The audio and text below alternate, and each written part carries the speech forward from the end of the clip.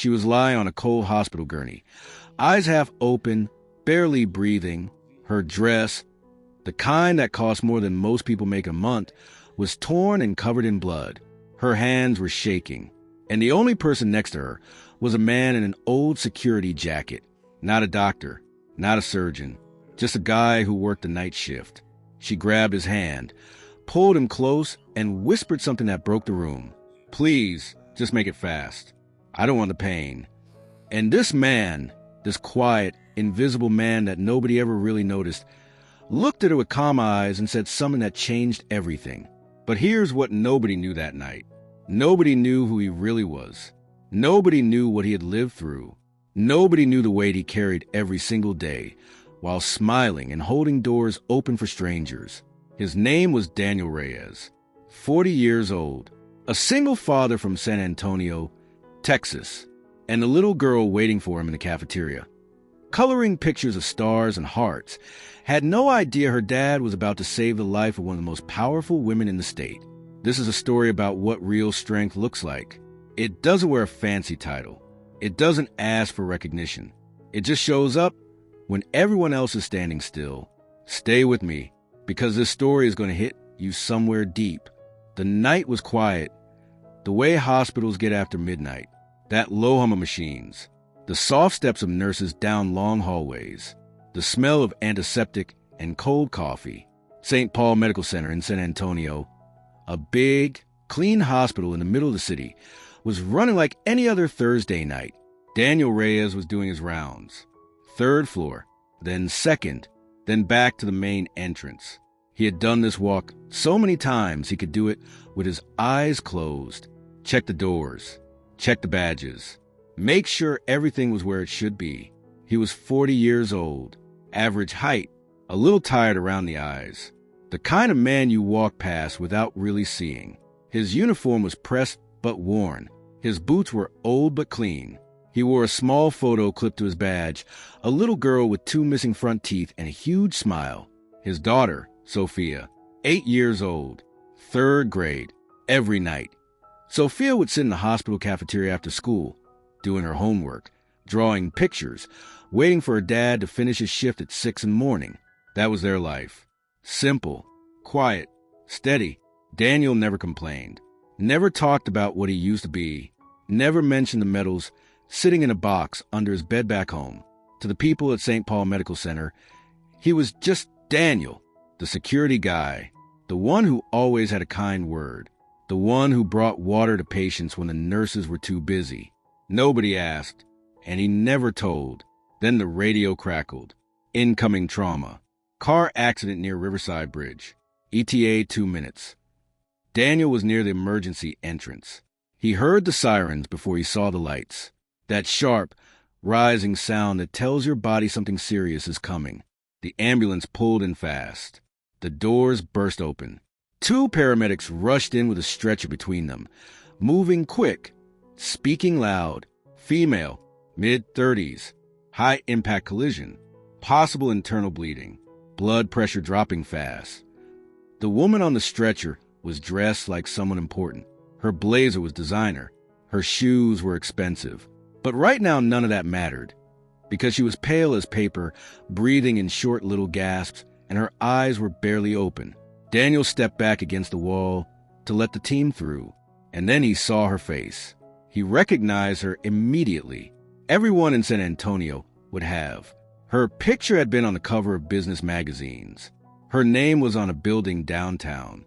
She had given speeches at City Hall.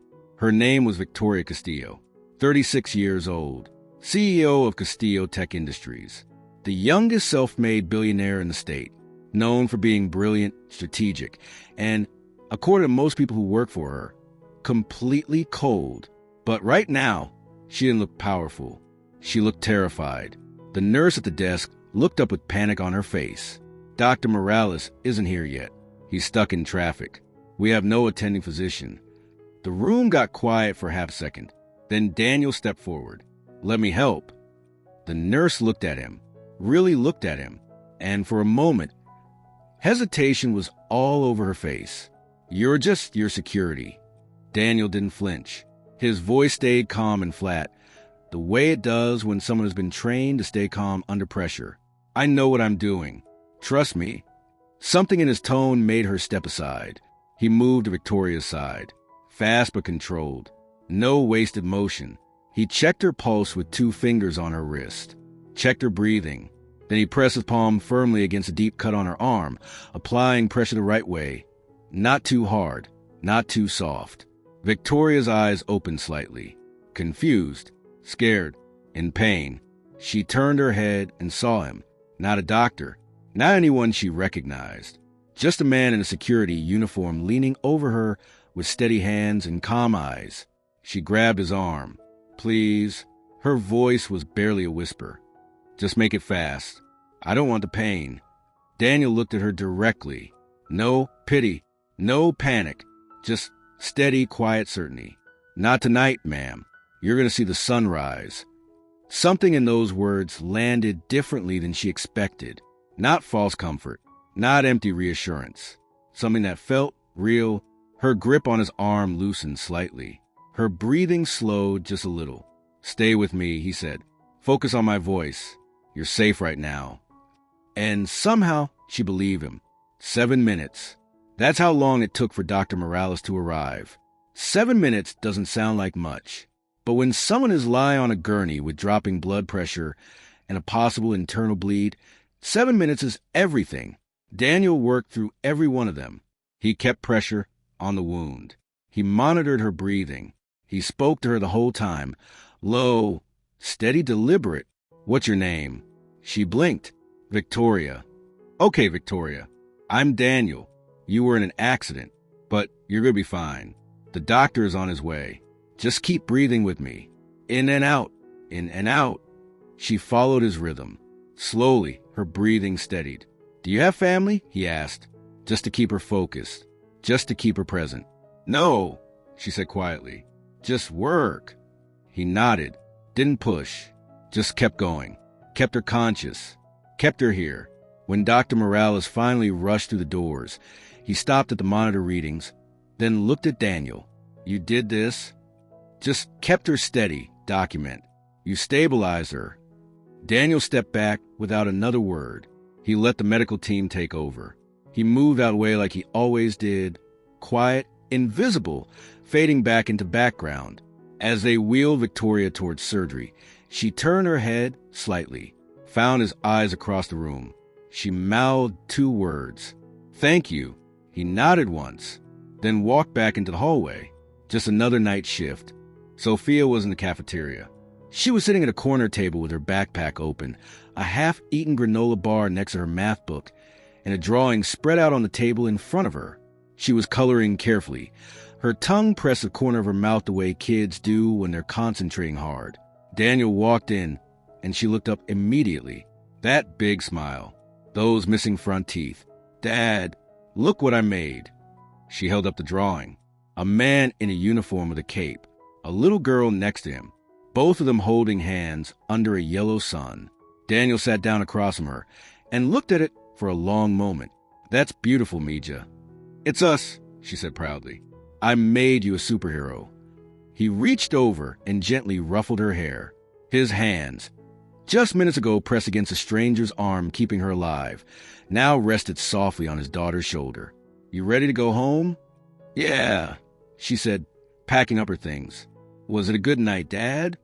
He looked at the doorway to the ER wing for just a second, then back at Sophia. It was okay. He picked up her backpack, took her hand, and walked her to the parking lot. He never mentioned what happened, never said a word about the woman on the gurney, about the 7 minutes, about what he had done. Heroes don't need headlines. They just go home and make breakfast. Victoria woke up slowly. The ceiling was white. The light was soft. The room was quiet except for the low hum of machines and the distant sound of a cart rolling down a hallway. She blinked. Once. Twice. Then she remembered.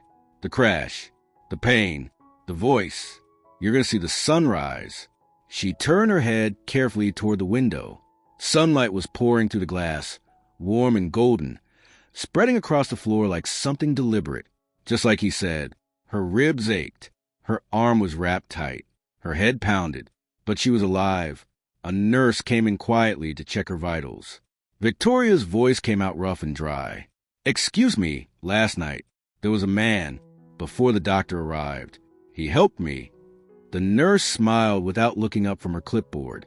"Oh, you mean Daniel? From security?" Victoria blinked. "Security? Yeah, he was amazing. Kept you stable until Dr. Morales got there." The nurse checked the monitor. "You're lucky he was near the entrance." Victoria stared at the ceiling. A security guard, not a surgeon, not a specialist. A man walking his regular rounds who stepped in when no one else could. Where is he now? His shift ended at 6. He's probably home by now. Victoria said nothing for a moment. Her assistant, Marco, appeared in the doorway minutes later with her phone and tablet, already listing everything that needed to be managed. Statements, board questions, media requests. "Who saved you?" Marco asked quietly. Victoria looked at the sunlight on the floor. Then she looked away. Marco sat down with his tablet and spoke carefully. "The press already knows about the accident. They're asking questions. Some reporters want to know who helped you before the doctor arrived." Victoria's jaw tightened. She sat up slowly, wincing. "What are they saying?" "Just that there was someone, a staff member. No name yet." Marco hesitated. "Should we mention him? It could be a good story. Human interest. Might actually help the company image." Victoria looked out the window. The sunlight was still there, still warm, still exactly where he said it would be. And then something shifted in her. Something cold and familiar. The part of her that had spent 15 years building walls. The part that ran on strategy, not feeling. "No," she said. Her voice came out flat. "No names. No story. Tell them the medical team handled everything professionally, and that's all." Marco nodded and typed something quickly. "Should I send something to the staff member? A gift basket? A card?" "That won't be necessary." Marco left. Victoria sat alone in the quiet room. The sunlight was still there, but somehow it felt different now. Less warm, like she had just closed a door on something real. She told herself it was the right decision. Keep things clean. Keep things controlled. No unnecessary attention. No complications. But somewhere underneath all that logic, a small voice was asking a question she wasn't ready to answer. What kind of person does that make you? She pushed the thought away. She was good at that. She had been doing it for years. 3 days later, Victoria was released from the hospital. She wasn't supposed to be walking the halls, but she had never been good at staying in bed, and the physical therapist had cleared her for short walks with a crutch. So there she was, moving slowly down the 4th-floor corridor, Marco trailing behind her with his tablet. She was almost at the elevator when she saw him. Daniel was walking the opposite direction, clipboard in hand, doing his round the same way he always did. Steady, quiet, just part of the background. Their eyes met. Victoria felt something she didn't expect. Not gratitude exactly. More like the discomfort of someone who knows they owe a debt they haven't paid. Daniel slowed his steps. He didn't smile, didn't wave, just gave a small, respectful nod, the way you do when you pass someone in a hallway who you barely know. He turned to keep walking. "Wait!" Her voice came out before she planned it. He stopped, turned around. "You're Daniel, right?" "Yes, ma'am." She limped a little closer. Marco stayed back, watching. "I wanted to thank you for the other night. Just doing my job, ma'am." A pause, uncomfortable, long. Then Marco stepped forward and spoke quietly, but not quietly enough. "Miss Castillo, the PR team said it's better if we don't create a narrative around this. You know how the media can twist things." Victoria's face went still, that business mask sliding back into place. She looked at Daniel. "I appreciate what you did, but I prefer if you kept the other night between us." Daniel looked at her for a moment, not angry, not hurt, not the way most people would look after being asked to stay invisible. Just steady, like someone who has heard harder things from harder places. Wasn't planning to talk about it. "Good," Victoria said. Her chin went up slightly. "I don't like owing people." Something flickered in Daniel's eyes. Just for a second. The kind of look that comes from a man who has seen real sacrifice and knows Exactly what it looks like standing next to something lesser. He held her gaze for one long, quiet moment. Then don't, ma'am. He paused. Just live better. And then he turned and walked away. Victoria stood there, crutch under one arm, Marco beside her, and a hallway full of ordinary hospital noise all around her. But she didn't hear any of it. Those 3 words were sitting in the center of her chest like something heavy and necessary. Just live better. Not said with cruelty, not with bitterness. Just said the way you tell the truth when you have nothing to prove and nothing to protect. Marco cleared his throat. Miss Castillo, your car is waiting downstairs. She didn't move right away. She watched Daniel disappear around the corner at the end of the hall. His back straight, his steps unhurried. Just a man going back to work. She had spent 15 years building something powerful. And somehow a man in a worn security uniform had just made her feel smaller than she ever had. Later that afternoon, a young nurse named Jenny found Daniel in the break room. She poured herself a coffee and sat down across from him without being invited. That was Jenny's way. Direct. No small talk. That was cold, she said. What she said to you. Daniel looked up from his lunch. It's fine. It's not fine. Jenny wrapped both hands around her mug. You saved her life. She should have real respect for that. Not some polished little thank you, with a side of please stay quiet. Daniel broke a piece of his sandwich apart slowly. She's managing her image. I get it. You shouldn't have to get it. Jenny. I'm serious, Daniel. You're too good for this. She pointed at the hallway with her mug. Too good for this place, this job, all of it. He was quiet for a moment. Then he looked up at her with that small, unhurried smile he had. Nah, he said. This place is exactly where I need to be. Jenny stared at him. You have medals under your bed. Do you know that? Medals. And you're making sure doors close properly. Doors are important. She shook her head slowly. You're impossible. I'm consistent, he said. Jenny laughed despite herself. They sat together for a while in the quiet of the break room. No more big conversations. Just 2 people sharing space at the end of a long shift. Sometimes that's enough. Sometimes the people who ask for the least are carrying the most. That evening, Daniel's shift ended at the usual time. He walked down to the cafeteria, and Sophia came running the moment she heard his boots in the hallway. That full sprint, arms out, crashing into him the way only kids and people who love you completely can. Dad, guess what? What? He caught her mid-run, swinging her slightly. My teacher said that Castillo Tech donated a whole new computer lab to our school. She was barely breathing. She was talking so fast. We're getting tablets and everything. For the whole 3rd grade. Daniel went still. He set Sophia gently back on her feet. Then he looked up, slowly, through the tall glass doors at the front of the hospital. Outside, a black car was pulling away from the curb. Smooth, quiet, expensive. Through the window, he could see the outline of a woman in the back seat. She was looking out the glass. Their eyes met for just 1 second. Then she looked away first. Daniel watched the car disappear into traffic. Sophia tugged his sleeve. Dad, do you think she's a good person? He kept his eyes on the street for a moment longer. Then he looked down at his daughter. I think she pays her debts differently. Sophia tilted her head. What does that mean? He picked her up and settled her on his hip. It means some people say thank you with words. Others say it with actions. And some people just need more time to figure out which one matters more. Sophia thought about it. Then she said, I think both matter. He kissed her forehead. You're smarter than most adults, you know that? 1 month passed. San Antonio kept moving the way cities do. People worked. Traffic built up. News changed. And Daniel kept showing up to St. Paul Medical Center every night at 10, walking his halls, checking his doors, carrying his quiet like it weighed nothing. He didn't think about Victoria Castillo much. Not because he was bitter. Just because he had learned a long time ago not to hold on to things that didn't belong to him. But then came the annual charity gala, St. Paul Medical Center's biggest fundraising night of the year. The main sponsor this time was the Castillo Heart Foundation, Victoria's family charity organization.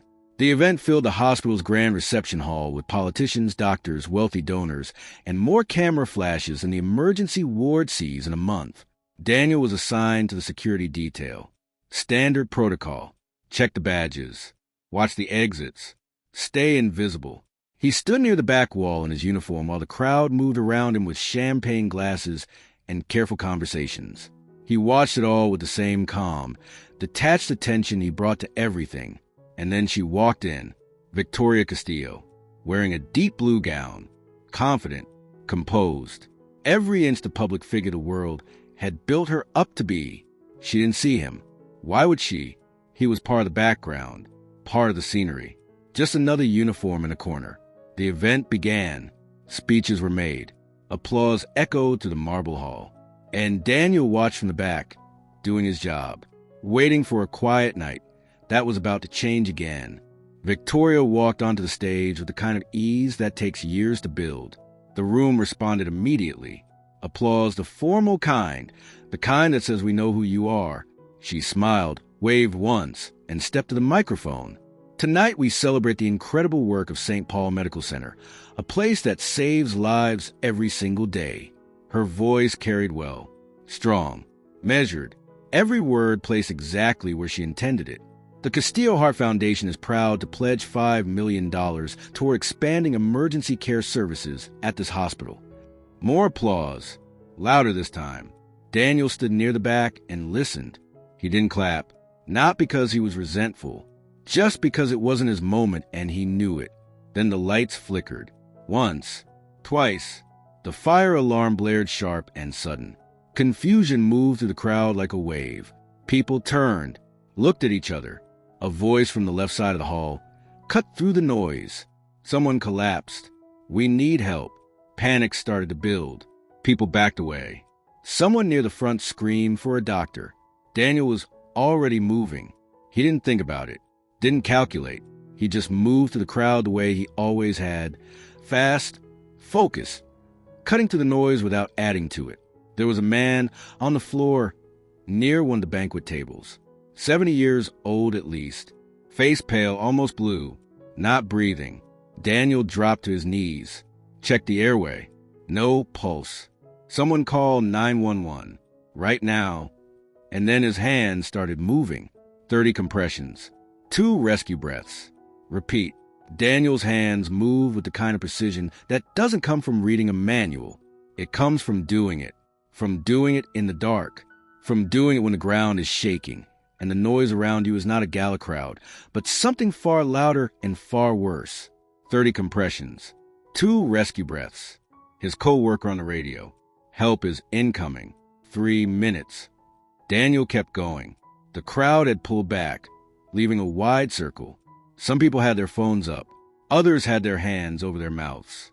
30 compressions, 2 rescue breaths. 15 seconds. 30, 45. Come on. The man gasped. A rough, broken inhale. Then a cough. His eyes fluttered. Then opened. The crowd exhaled all at once.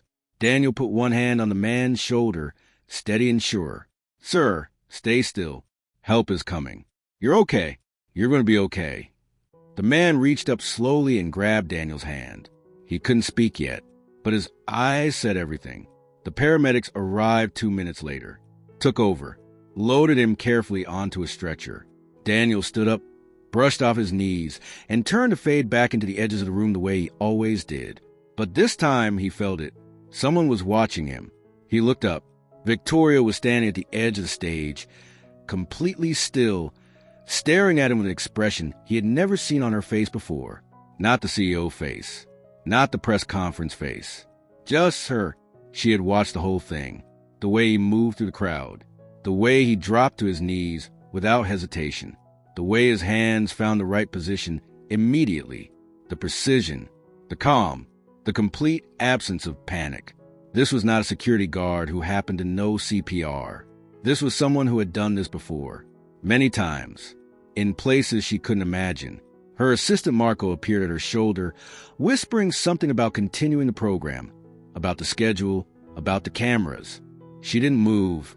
She kept watching Daniel as he spoke to a nurse, as he stepped back, as he found his place near the wall again, back to invisible, back to the background, like nothing had happened. Who is this man? After the event, as the hall was clearing and the staff were folding tables and gathering glasses, Victoria walked straight to the hospital's HR office. The HR manager looked up, surprised. "Miss Castillo, can I help you?"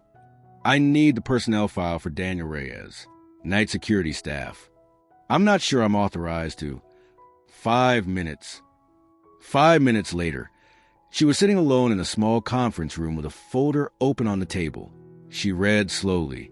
Name, Daniel Reyes. Age, 40. Position, night security guard. Previous employment, United States Army, combat medic. 2009 to 2019. 3 tours of duty. Decorations listed: Silver Cross for Valor, Purple Heart, Army Commendation Medal. Discharge, honorable. Reason, family hardship. Emergency contact, Sophia Reyes, daughter, age 8. Victoria's hands moved slowly through the pages. There were photos attached. Daniel in uniform, younger, sharper eyes, a chest full of medals that meant things most people couldn't earn in a lifetime. She turned another page, a scanned newspaper clipping. 2017. The headline sat there in plain black ink. Medic saves 23 soldiers during ambush. Awarded Silver Cross. She read the article slowly. It described how Daniel had run through enemy fire not once, but multiple times to drag wounded soldiers to safety. How he had performed field surgeries under conditions that would make most people freeze. How he had refused to leave until every single person had been evacuated, injured or not. He was quoted once at the end. "I just did what I was trained to do. Anyone would have done the same." Victoria set the paper down. She sat there for a long moment in the quiet of that small conference room, hands flat on the table. The file spread open in front of her. This man, this decorated soldier, this hero who had run through fire for strangers, was working night shifts walking hospital halls, checking doors, bringing water to patients when nurses were busy. And she had looked him in the eye and told him to stay quiet. She had told him she didn't want a narrative. She had told him she didn't like owing people. Just live better. That was what he had said to her, not with anger, just with truth. Her throat tightened. She closed the file, sat in silence. Then she made a decision. The next morning, Victoria called a press conference. No announcement ahead of time. No prepared remarks. Her PR team was in a controlled panic. "Miss Castillo, we haven't prepared talking points. We don't even have a topic briefed." "Good," she said. "I don't need them." The room filled quickly. Journalists, cameras, microphones pointed in every direction. The usual crowd that showed up whenever Victoria Castillo had something to say. She walked to the podium. No notes, no script, no Marco standing off to the side, mouthing reminders. Just her. She took a breath. "Last month, I was in a car accident. I nearly died." The room went completely silent. The person who saved my life wasn't a surgeon, wasn't a paramedic, wasn't someone with a title on their door or letters after their name. She paused. It was a father, a single dad, working the night shift as a hospital security guard. Whispers moved through the room. "His name is Daniel Reyes." She didn't look at notes because there were none. She just spoke. He served 3 tours as a combat medic. He earned the Silver Cross for Valor. He saved 23 soldiers under enemy fire and never once asked for recognition. She stopped for just a second, and when I asked him to stay quiet about saving my life, I didn't know. I didn't know who he was, what he had given, what it cost him to be the man he is. Her voice, steady until now, wavered just slightly. Addictive stories sometimes starts with a small moment that changes everything. This is mine. At that exact moment, Daniel was in the hospital cafeteria. Sophia was next to him at a corner table, her math worksheet half finished, her pencil moving slowly through a division problem she didn't quite trust yet. Daniel's phone buzzed. A text from a coworker. "Dude, turn on the TV. Right now." He looked up. The cafeteria television was mounted in the corner above the coffee machines. It was always on. Sports, news, weather. Background noise nobody really watched. But right now, every channel showed the same face. Victoria Castillo, standing at a podium, speaking directly into a camera. Daniel Reyes is a decorated combat medic. He served 3 tours, saved dozens of lives under fire, and earned the Silver Cross for valor. Daniel went very still. His military photo appeared on the screen. Younger, in uniform, medals visible. Sophia looked up from her worksheet. "Dad, that's you?" People in the cafeteria were turning around. A nurse 2 tables over put her hand over her mouth. A janitor near the door stopped his cart. On the screen, Victoria's voice continued, steady but not quite controlled. "When I asked him to stay quiet about saving me, I didn't know. I didn't know who he really was, what he'd sacrificed, what he'd given." She looked directly into the camera. "Daniel Reyes, if you're watching, please stand up." The cafeteria was absolutely silent. Daniel stared at the screen, his jaw tight, his hands flat on the table. "I don't." His voice was low. "I don't need this." Sophia looked at him quietly. Then she put her small hand on his arm. "Dad." She's trying to say thank you. On the screen, Victoria was still speaking. Her voice had something in it that most people had never heard from her before. Something unpolished. Something honest. He reminded me that leadership isn't about power. It's not about control. It's not about the title on your door or the size of your donation. She paused. It's about service. It's about showing up when no one is watching. It's about doing the right thing even when there's no reward. No headline. No applause. The press conference room erupted in applause. Victoria stepped back slightly, took a breath. Daniel Reyes is the kind of person this world needs more of, and I was too blind to see it. In the cafeteria, someone began clapping, then another person, then another, a nurse, a janitor. 2 people Daniel had walked past 1,000 times without either of them saying much. Someone patted him on the shoulder. Sophia hugged him tight, her arms around his waist, her face pressing to his side. "Dad, you're famous now." He looked down at her, then back at the screen. Victoria was stepping away from the podium, but she stopped, turned back toward the camera one last time, and she mouthed 2 words. "I'm sorry." Daniel exhaled slowly. He looked at his daughter's drawing still on the table. The man with the cape, the little girl holding his hand, the sun shining over both of them. He thought about his wife, about the day everything changed, about the quiet job he had taken so Sophia would always have someone come home to. Maybe some wounds do heal, he thought. Maybe some people do learn. After the press conference, the calls started coming. By the next morning, Daniel's phone had more messages than he had received in the previous 3 years combined. Journalists wanted interviews. A veterans organization wanted to feature him. 3 private security firms offered him double, then triple his current salary. He read every message. He declined every offer. But one invitation was different. The Castillo Heart Foundation reached out through their director of operations. A short, respectful letter. No pressure. No fanfare. They were offering him a part-time position. Safety and medical preparedness advisor. Flexible hours. Good salary. Full benefits. He would help design emergency training programs. Review safety protocols. Be a resource for staff in crisis situations. And most importantly, his hours would let her be home when Sophia got out of school. He read the letter twice. Then he sat on the kitchen table and made dinner. He let it sit there while he helped Sophia with her reading homework. Let it sit while they watched half a cartoon together before bed. Let it sit while he washed the dishes in the quiet of the kitchen. Then he picked it up again. He thought about his wife, about how she used to say that the right door always felt different from the others. Not louder, not more obvious, just steadier. He signed the letter. 3 days later, Victoria came to the hospital herself. She knocked softly on the security office door. He looked up from paperwork. "Miss Castillo." "Olivia," she said, then caught herself. "Victoria, just Victoria." He nodded. "Victoria." She stepped inside and closed the door. Not for the cameras. Not for a statement. Not for any version of this that would end up in a press release. Just a room. 2 people. A door closed behind them.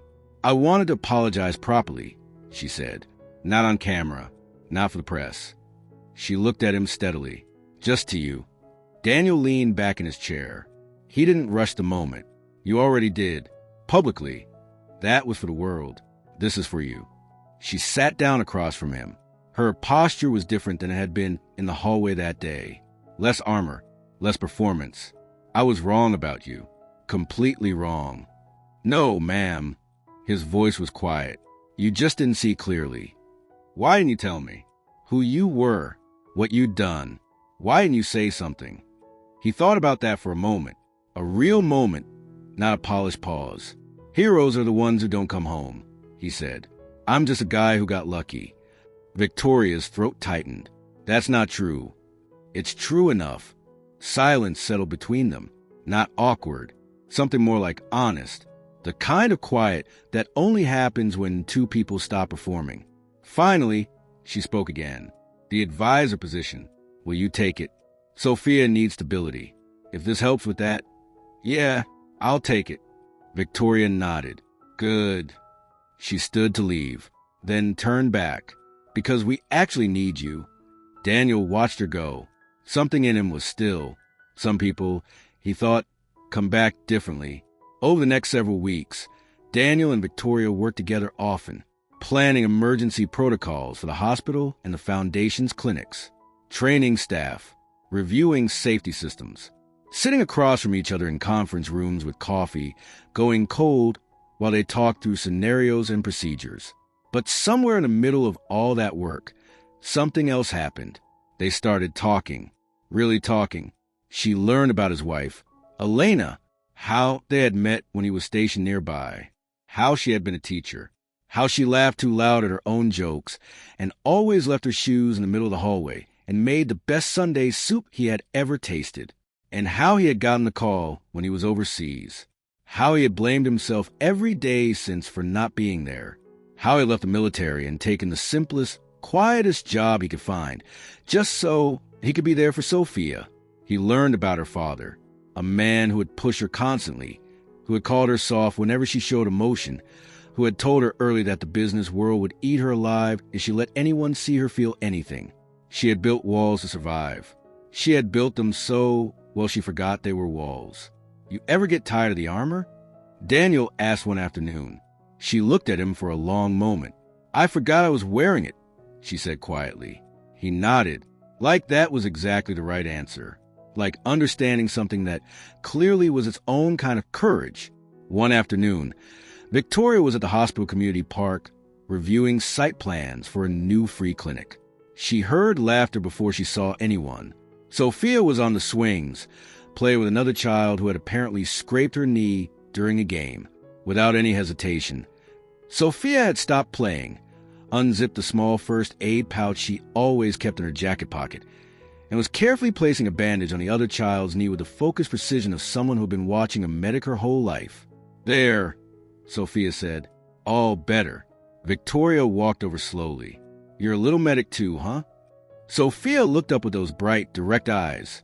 Dad says helping people is our family business. Victoria laughed. A real laugh. The kind that surprised her.